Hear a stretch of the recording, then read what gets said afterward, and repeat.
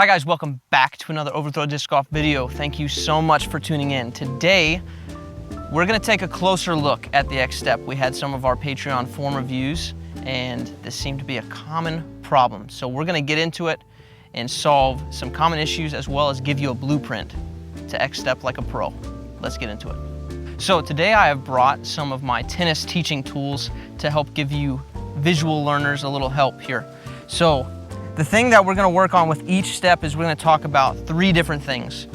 Feet and how they align the hips and where our weight's at. We're gonna start with a full walk up. So I'm gonna talk lead foot. So if you're a righty, that's your right foot. And I'm gonna talk, if you're a lefty, that's your left foot. And then I'm gonna talk rear foot, which if you're a righty, that's your left foot. And if you're a lefty, that's your right foot. First step, very important, needs to be straight with your lead foot. The reason for this is we want to start with our hips towards the target because our hips throughout this walk up are going to slowly start turning away from the target and coiling. But if you start them back too early, you get them back early and it leads to some problems. Right? So this first step, straight, keeps our hips straight. We just got good posture, nice and upright here. Now the next step with our rear foot is going to be slightly turned, about 45 degrees here. This is starting the hips opening up. Next step is just this lead foot gets about perpendicular. Now, when I go into these angles in here, I'm going to say about, right? If it's uncomfortable for you to go exactly perpendicular, don't worry about it. Just get within reason, right? And we don't want this open still. But here we go, right foot for a righty, so lead foot is about perpendicular. Now, our hips are turned away from the target. We're still centered here with our weight. Now this next step, the X step, boom, as you might have heard it, messes everyone up, so pay close attention. Most amateurs, when they get here, they like to take this big step. Notice how small this step is, right? And you'll see some guys like Eagle take a big one. They're flexible, they can do it. You're not Eagle, stop trying. Okay, maybe you are, maybe you're the next Eagle. Keep trying. So here we go. Coming out of this third step here, which is with my lead foot, we're gonna go boom, here. Notice how close that is. A lot of amateurs, they like to take this huge step. They might come up through this walk up and they go kind of all the way twist around, right? And when they get here, they take a nice huge step and their foot is backwards at 6 o'clock. And the reason that they do this is because when you get your foot backwards at 6 o'clock, you can step backwards and start this sweet moonwalk.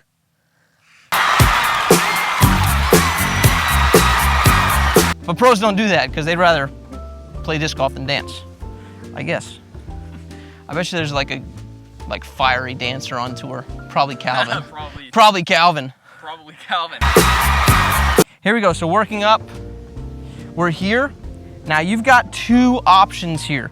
You've got just the normal step, or you've got the crow hop, or as one of our viewers like to call it, the crow skip. I like the crow hop. Notice that I've got this in a range, right? I've got two lines here, not because you need to go double hop, but because it's a range. This foot can go anywhere from, let me make sure these are accurate here. This foot could go anywhere from about 8 to about 7 o'clock.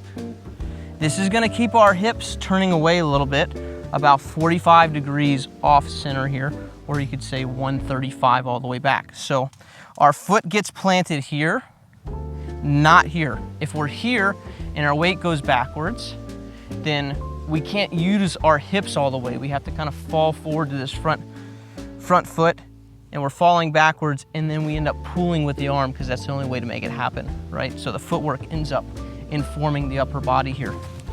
Instead, if we go here and we go to our next spot, now our hips are away and we can coil our upper body against that, okay?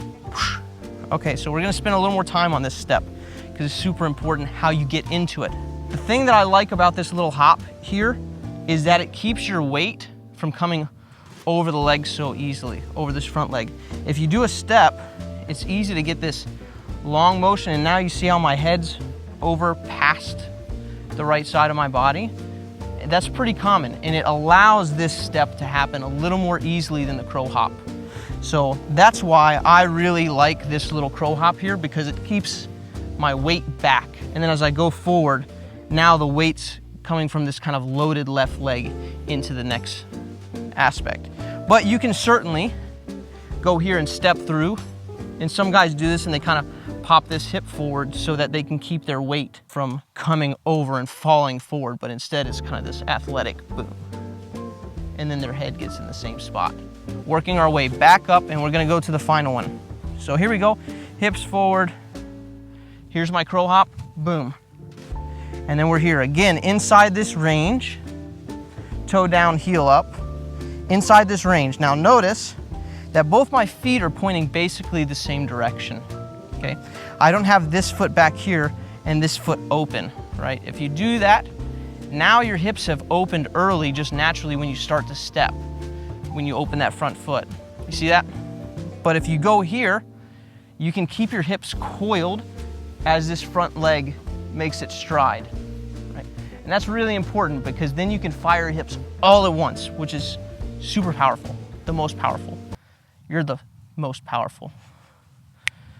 You are inevitable, right? So coming in here, boom. Both my feet pointed roughly the same direction, okay? And again, in the same sort of range.